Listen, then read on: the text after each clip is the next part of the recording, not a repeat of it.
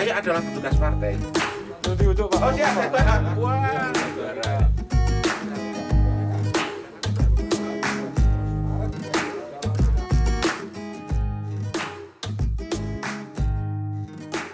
Assalamualaikum warahmatullahi wabarakatuh. Waalaikumsalam. Selamat pagi, semangat pagi, sehat selalu untuk kita semua. Pada kali ini kita bertemu lagi dalam acara ngopi berintegritas, ngobrol tentang pemilu, ngobrol tentang pemilihan yang berintegritas. Pada kesempatan pagi hari ini kita kedatangan tamu yang luar biasa istimewa. Beliau adalah tokoh muda, pejabat, bahkan politisi yang dari muda, dari kecil sudah terjun langsung menghadapi masyarakat terkait dengan perpolitikan, dinamika politikan khususnya di Kabupaten Temanggung ini. Beliau juga tokoh olahraga dan beliau juga tokoh-tokoh yang mendampingi para pemuda, para petani, masyarakat dan secara umum Kabupaten Temanggung. Siapa dia? Beri sambutan yang meriah untuk Ketua DPRD Bapak Yunianto SP. Iya, terima kasih. Assalamualaikum. Waalaikumsalam. Selamat pagi. Selamat pagi. Sehat selalu. Amin. Moga. Siap. Gimana kabar Pak Yuni? Baik Pak Tua. Kita akan ngobrol di ngopi berintegritas. Wah, mantap. Di ngobrol pemilu, ngobrol pemilihan berintegritas. Tentu saja terima kasih atas waktunya. Tentu saja di sela-sela kesibukan tugas selaku Ketua DPRD Kabupaten Temanggung bisa ngobrol bersama dengan kita KPU Temanggung. Baik. Oke, Pak Yuni, ini kan Pak Yunianto ini SP. SP itu apa sih, Pak? Baik. Itu bagian dari titel akademik saya, Pak Gitu. Ketua. Ya. Jadi SP itu Sarjana Pertanian. Namun itu kan kami ini lulus di era-era tahun 2000-an, sehingga kalau dulu masih insinyur kalau dulunya, gitu. karena kami lulus di tahun 2000 sehingga ya SP gelar kami. Kalau sekarang mungkin agraria gitu ya? Bukan. Bukan. Tetap masih SP Sarjana itu. Pertanian. Dengan SP Sarjana Pertanian malang melintang di perpolitikan, bahkan sampai duduk di Ketua DPRD Kabupaten Temanggung hasil pemilu 2019 gitu ya Pak. Betul. Ini luar biasa sekali. Alhamdulillah. Bisa cerita Pak pengalaman di pemilu 2019 kemarin. Ini kan merupakan produk dari pemilu 2019 kemarin. Baik. Ya, Pak Ketua, terima kasih atas waktunya, atas undangannya. Baik, sekilas kami terlintas sebuah kenangan indah secara politik di tahun 2019, di mana proses elektoral saat itu ya kita semuanya mengalami dinamika yang tentunya mungkin berbeda-beda dengan yang lain. Contohnya kami sendiri begitu semangat kami di periode yang pertama waktu itu melewati dari 2014 ke 2019 dan alhamdulillah atas ridho, atas rekomendasi dari Ibu Ketua Umum kami, karena kami dari Partai PDI Perjuangan, rekomendasi dari Ibu Ketua Umum, Ibu Megawati Soekarno Putri, sehingga kami menjadi salah satu personel yang diizinkan untuk melanjutkan dan melewati proses pemilu tahun 2019, khususnya di DAP 5, Kecamatan Kandangan dan Kedu. Ya. Di Kabupaten Temanggung ini, alhamdulillah Allah SWT, Tuhan Yang Maha Kuasa, memberikan ridho atas dukungan dari seluruh warga masyarakat, saudara, handetolan, kawan, ya siapapun, semua komponen elemen mendukung saat itu. Dan alhamdulillah saya terpilih Pak Ketua. Ya. Dan kemudian prosesi selanjutnya termasuk rekomendasi dari Pak Ketua yang ke Sekretariat DPRD yang itu ya. Sehingga di situ atas dukungan politis, kemudian juga atas rekomendasi yang kedua dari Ibu Ketua Umum, sesuai dengan MD3, Undang-Undang MD3, sehingga kami pun direkomendasi untuk menjadi Ketua DPRD. Gitu ya. Gitu. Sejarahnya Dengan nuansa suka dukanya, dinamikanya betul. seperti itu. boleh minta tanggapan terkait dengan tahapan-tahapan waktu itu 2019 kan KPU, kalau di KPU RI kan seringkali ada tekanan-tekanan begitu. Kemudian di KPU Temanggung dengan tahapan-tahapan pemilu 2019 kemarin selaku Pak Yunianto selaku peserta pemilu pada waktu itu, apa sih yang kendala-kendala atau kira-kira yang dihadapi KPU itu bagaimana kan gitu, atau sudah bagaimana lah gitu, kita mau minta tanggapannya begitu. Baik, ini hanya sebatas kami melihat secara sisi administratif, sisi regulatif gitu kan. Jadi nampaknya dari aturan regulasi teratas dari BPKPU ya, yang kemudian di breakdown ke provinsi maupun kabupaten, ya khususnya ketua KPU dan semua fungsionaris KPU Kabupaten Temanggung ini saya kira sudah menjalankan semua regulasi dengan terbaik. Baik itu regulasi, baik itu pendekatan kelembagaannya, baik itu sosialisasi yang menyangkut terkait dengan prosesi pemilu dan sebagainya. Tahapan-tahapan dari awal penataan administratif sampai dengan pemetaan, sampai dengan sosialisasi jumlah DPT per dapil dan sebagainya, dengan penyesuaian dapil di masing-masing wilayah, kami melihatnya bahwa semua itu sesuai dengan aturan. Dan kami rasakan bukan hanya dari partai kami saja, kami sonding dengan partai-partai yang lain, partai peserta pemilu tahun 2019 juga it's okay, tidak ada masalah yang berarti, dan kami sudah difasilitasi sebagian rupa oleh lembaga Bapak gitu. Oke Pak, kan 2019 itu kan produk 2019 termasuk Pak Yunianto selaku sekarang menjadi ketua DPRD Kabupaten Temanggung.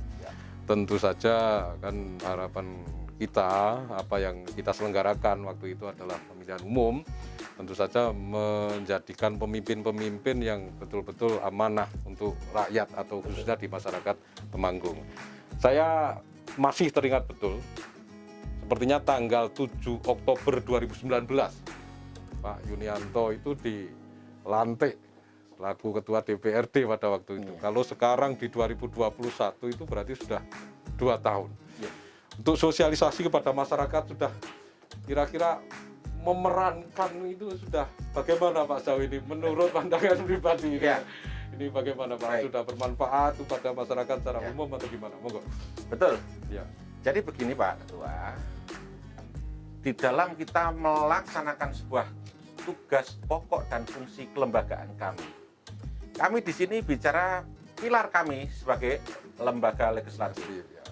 Jadi dalam tugas pokok fungsi kami sebagai alat kelengkapan dewan, di situ kami sebagai ketua DPRD Kabupaten Temanggung, dari tanggal 7 Oktober tahun 2019 kami dilantik, kami langsung menjalankan tugas sesuai dengan tupoksi, dinamika yang ada, kemudian dengan bentuk kebijaksanaan, kemudian dengan semua aturan yang ada, baik tata tertib DPRD, baik MD3, baik semua perda PP ya, PP, permen, perda, perbub dan lain sebagainya. Itulah yang menjadi falsafah di dalam kami melaksanakan sebuah kinerja.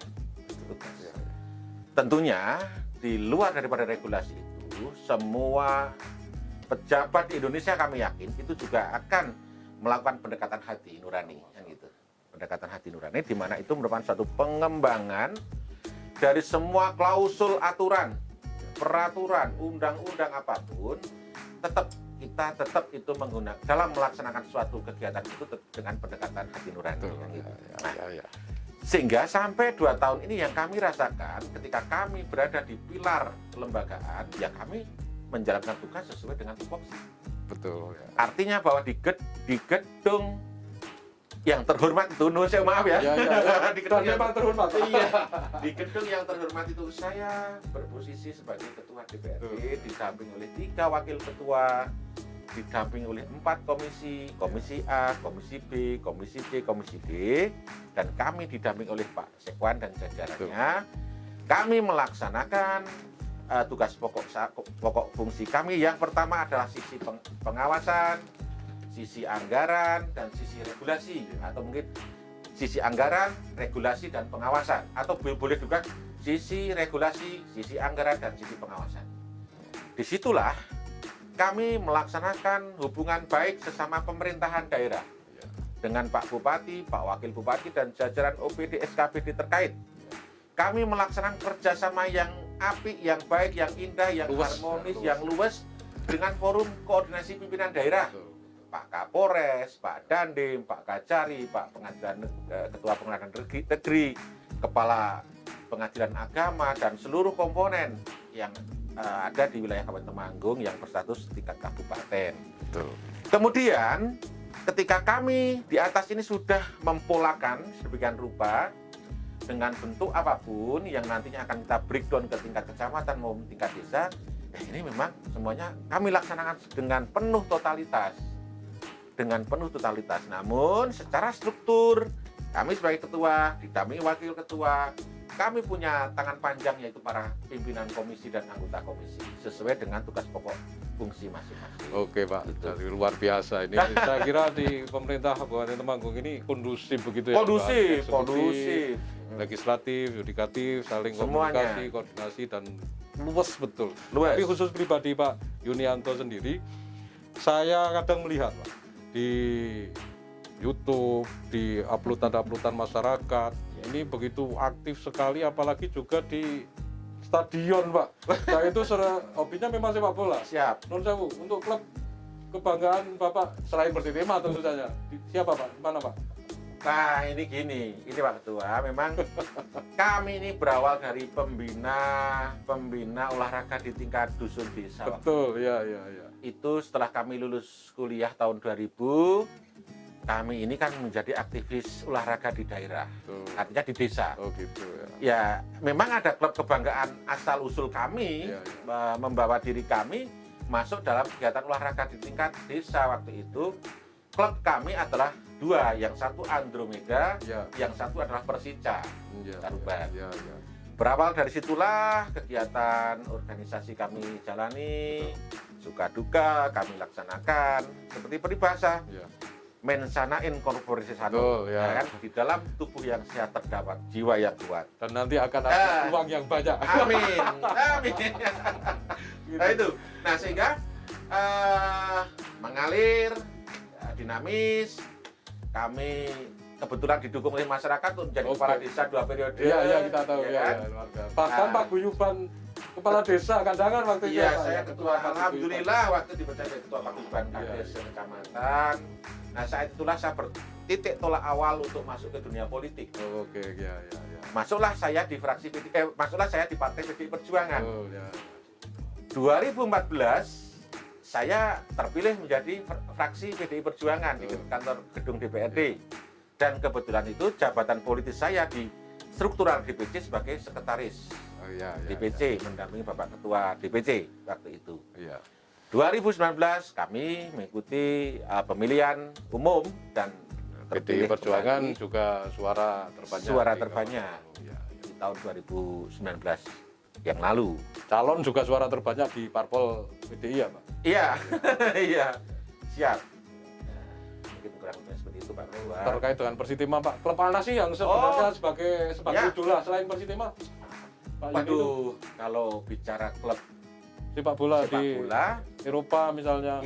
iya, kami pernah, hanya faktor kebetulan saja. Ya. Kami cerita dulu Pak Ketua. Nah, jadi tahun 2005 kami dipanggil oleh Bapak Bupati Temanggung, Bapak Ketua Umum Persitema waktu itu. Ya.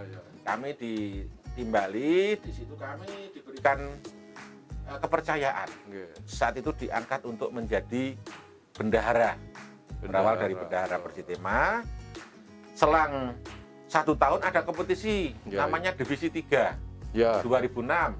Dan kami dipercaya oleh Pak Ketua Persitema untuk menjadi manajer. Berawal dari 2006 itu sampai dengan 2013 Ya. kami menjadi manajer. Ya kurang lebihnya ya 11 tahun gitu. Wah, luar biasa. Ya cukup lama. Nah di tahun 2010 kami diundang rapat nasional oleh PSSI. 2010 ada rapat resmi atau rapat rutin itu ya, yang Ya. bersifat rutin seluruh manajer se-Indonesia. Iya, Dan iya. saat itulah kami bisa ikut program untuk studi banding ke luar negeri. Oh gitu. Ya, di situ 2010 di Uni Eropa ada di beberapa negara.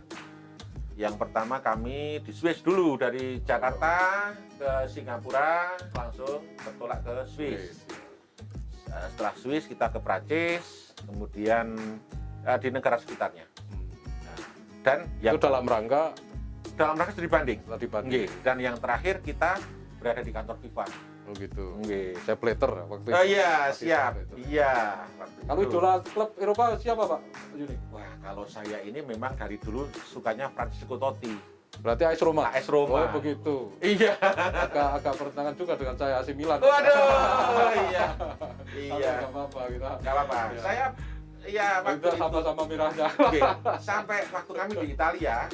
Kami di Italia ini kebetulan jadwalnya bukan AS Roma. Oh gitu. Wah, Pasti. bukan, sehingga ya sudah kami nonton bolanya bukan tim kebanggaan, tapi sudahlah, yang penting kita bisa ikut di stadion Italia ya. Saat itu memang gempar Oke. seluruh internasional. Oke Pak Yudi, terkait Ya. Persitema saya kira semua masyarakat Temanggung wajib mendukung. Saya Oh, wajib harus, wajib harus. mendoakan Ya. supaya Persitema ini divisi 3 ya. Liga 3. Liga 3 ya, Iya. Liga 3 ya. Iya. Nanti bisa naik ke Liga Amin. 2, kemudian Persitema semakin jaya di udara, Amin. Pak Yuni, Iya. untuk bermanfaat di sisi Baik. olahraga. Pak Yuni ini juga di kesenian juga luar biasa, sampai kuda lumping itu kita juga pernah menyaksikan berada di panggung dari habis isak sampai jam 12 malam sepertinya. Siap. Ini luar biasa pengawalan Baik. ke masyarakat ini Pak Baik, Yuni ya. Pak. Luar biasa. Iya. Baik Pak Yunianto, Iya. kita beranjak ke hal-hal yang lebih serius lagi. Pak. Baik, Nanti baik. kita tahu bahwa regulasi kita terkait dengan pilkada ataupun pemilu nasional itu sudah diputuskan pemilu nasional dilaksanakan di tahun 2024. Juga pilkada dilaksanakan di 2024. Artinya pada tahun 2024 itu kita akan ada 2 perhelatan besar. Perhelatan akbar, yaitu pemilu dan pemilihan ataupun pilkada. Kalau pilkada waktunya sih sudah ditentukan Pak Yuni, yaitu di November 2024. Hanya untuk pemilu memang sampai hari ini belum dipastikan waktunya. Tentu saja selaku peserta pemilu, kemudian yang pada hari ini menjadi ketua DPRD Kabupaten Temanggung, persiapan-persiapan, kemudian tahapan-tahapan yang harus kita lakukan. Tentu saja kita tetap menganut dengan undang-undang ketika pemilu 2024 kan masih undang-undang yang sama, yaitu Undang-Undang 7 2017, Pilkada 2024 yaitu Undang-Undang 10 2016, Pak. Siap. Jadi ini harapannya nanti tetap Temanggung berjalan sesuai dengan kondusivitas yang tinggi. Kita selaku penyelenggara tetap kita laksanakan sesuai tahapan dan regulasinya. Kemudian peserta pemilu juga bisa memahami aturan mainnya, masyarakat juga paham terkait dengan demokrasi yang ada di Indonesia kita. Baik. Kalau persiapan sendiri Pak Yuni, ini selaku Iya. pribadi ataupun nanti ketua partai, Iya. apa yang sudah dilaksanakan Baik. sampai detik ini Pak? Monggo Pak. Baik Pak Ketua, tentunya yang pertama saya berdiri sebagai ketua partai dulu. Gitu ya. Jadi ketika saya ini sebagai ketua partai, ini adalah suatu tuntutan dan tanggung jawab kami kepada Ibu Ketua Umum. Gitu ya. Iya, karena prinsip di Partai PDI Perjuangan yang kami ikuti bahwa saya ini toh sekarang sebagai ketua DPRD. Ya. Saya adalah petugas partai. Gitu ya. Ya kan gitu. Saya ini petugas partai. Nah, sehingga ketika Bapak memberikan pertanyaan seperti itu, perspektif tahun 2024 baik itu pendekatan PPKPU nomor 7 tahun 2017, Undang-undang Pak. undang-undang itu dan juga regulasi yang terkait dengan pilkada ini sudah menjadi tantangan yang harus kami hadapi. Betul. Tantangan yang harus kami hadapi. Ketika pertanyaan Bapak sampai di mana posisi saat ini, ketika saya sebagai ketua partai, ini saya sudah membuat mindset, roadmap, ya kan, secara politis. Tahun 2021 ini, saya sudah mengkantongi beberapa calon kader-kader yang nanti akan kami support, yang akan kami dorong untuk ikut membesarkan partai. Nah, contohnya begini. Sesuai dengan kalau jadwal kami sudah memberikan wacana kepada para kader bahwa pemilu tahun 2024 ini akan dilaksanakan kemungkinan awal Februari. Ya. Awal Februari. Tapi masih belum diputuskan. Atau masih belum diputuskan. Namun kami saja ambil aja lah estimasi awal Februari. Jadi tahun 2021 kami sudah menyusun pola. Di situ ada pola komandante, pola komandante dan patron. Sudah kami susun dari dapil 1, 2, 3, 4 sampai dengan 6. Semua berbasis jumlah pemilih tetap. Nah, data pemilih tetap. Ya. Sehingga dari total 45 kursi yang ada di DPRD, masing-masing dapil ini tidak sama, artinya ini variatif. Ya. Dapil 1 kami tetapkan 5 caleg. Dapil 2 kami tetapkan 5 caleg. Dapil 3 kita tetapkan 4 caleg. Dapil 5 kita tetapkan 3 caleg. Dapil 6 kita tetapkan 4 caleg. Nah, itu. Prinsip PDI Perjuangan, saya sebagai ketua DPC, atas izin, atas support, dan atas perintah Bapak Ketua DPD PDI Perjuangan Jawa Tengah dan Ibu Ketua Umum, bahwa caleg yang akan kita dorong itu targetnya harus sukses. Itu harapan, Pak. Iya, harapannya nanti naik dari Naik. 9 ya, 9 Kami kursi, 2019 9 kursi, Ya. harapan kami ke depan tambah. ya. Lah kenapa kita tunjuk 2 kali BPP? Jadi satu caleg ini nanti sebagai patron dari luasan atau wilayah ini sebanyak 2 BPP, bilangan pembagi pemilih. Contoh rata-rata hasil pemilu 2019, BPP-nya adalah di angka 13.000 sekian. Jadi satu orang caleg ini berhak untuk membina ini wilayah kurang lebihnya 26.000 sekian, di bawah 27.000. Itu wajib hukumnya. Ya. Sehingga teknik ini kami terapkan supaya tidak terjadi kiker, tidak terjadi friktif di lapangan, rebutan, colong-colongan sesama internal, tidak ada. Karena wilayahnya sudah kita mapping. Contoh, dapil 1, incumbent ada 2. Ya. Kami sebut nama incumbent 1 adalah Bapak Agung Priyo Widodo. Ini kami mapping 2 kali BPP, yaitu 26.000. Mbak Ika, katakanlah, Ika Rizkiwati, kami mapping juga 2 kali BPP, namun beda wilayah. Artinya, satu caleg dari PDI Perjuangan tidak akan berkompetisi dengan sesama PDI Perjuangan. Ya. Nah, begitu. Nah, itu monggo nanti akan kompetisi dengan caleg lain. Silahkan. Nah, memang itu ranahnya harus begitu. Oke, Pak. Sambil diujuk, Pak. Oh, siap. Pak. Ini kopi asli Aduh, Temanggung, Pak. ini kopi dia. kita. Ini Ya. Robusta atau Arabica, Pak Ketua? Robusta. Wah, mantap ini dan jangan-jangan. Iya. Wah, Ini harus ada juara. kita Juara ini. dari Temanggung. Ini itu kan banyak. juara Atlanta ya. Betul. Wah, luar biasa. Iya. Kita lanjutkan, Mbak Yuni. Jadi dalam komunikasi, koordinasi Baik.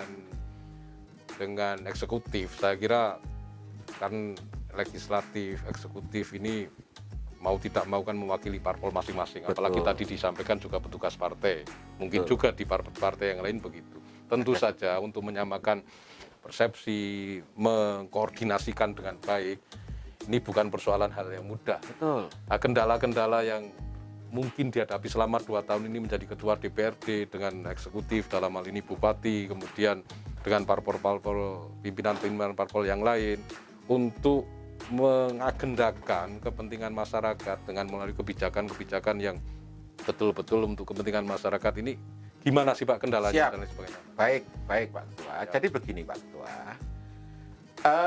unsur pemerintahan daerah itu terdiri dari bupati dan jajarannya sebagai unsur, kalau dulu mengatakan eksekutif, tapi kan sebenarnya saat ini tidak boleh kita memilah-milah seperti itu. Jadi kita adalah unsur pemerintahan daerah. Pemerintahan daerah dulu terdiri dari bupati, wakil bupati, dan OPD SKPD terkait.